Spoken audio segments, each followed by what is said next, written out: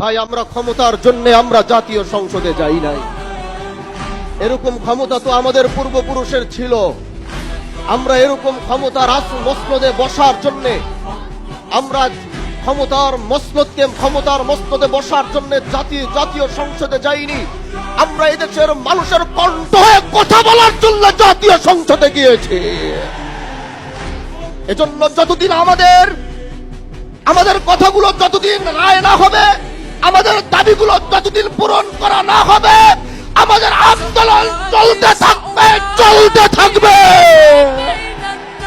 প্রিয় ভাইরা আমার, এদেশের মানুষ 70% মানুষ গণভোটের পক্ষে রায় দিয়েছে। 70% মানুষ জুলাইয়ের পক্ষে রায় দিয়েছে। এজন্য এদেশের জনগণের ম্যান্ডেটের বাইরে গিয়ে অন্য কিছু করার কোনো সুযোগ কারো হবে না।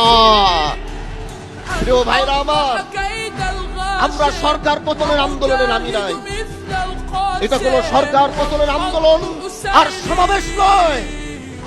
সংসদে বুঝাবার চেষ্টা করেছি, হয়তো বুঝতে পারছেন না বলে আজ জনগণ ময়দানে নেমেছে বুঝাবার জন্য।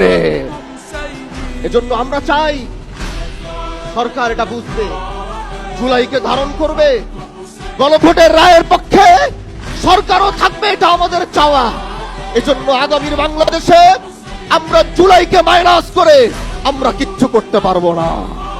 প্রিয় ভাইরা আমার, এই ময়দান থেকে এটাই বলতে চাই, আমরা জাতীয় সংসদে আমরা জনগণের কণ্ঠ হয়ে কথা বলবো।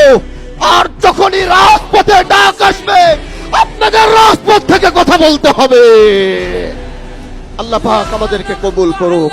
নাসরুম মিনাল্লাহি ওয়া ফাতহুন করিম।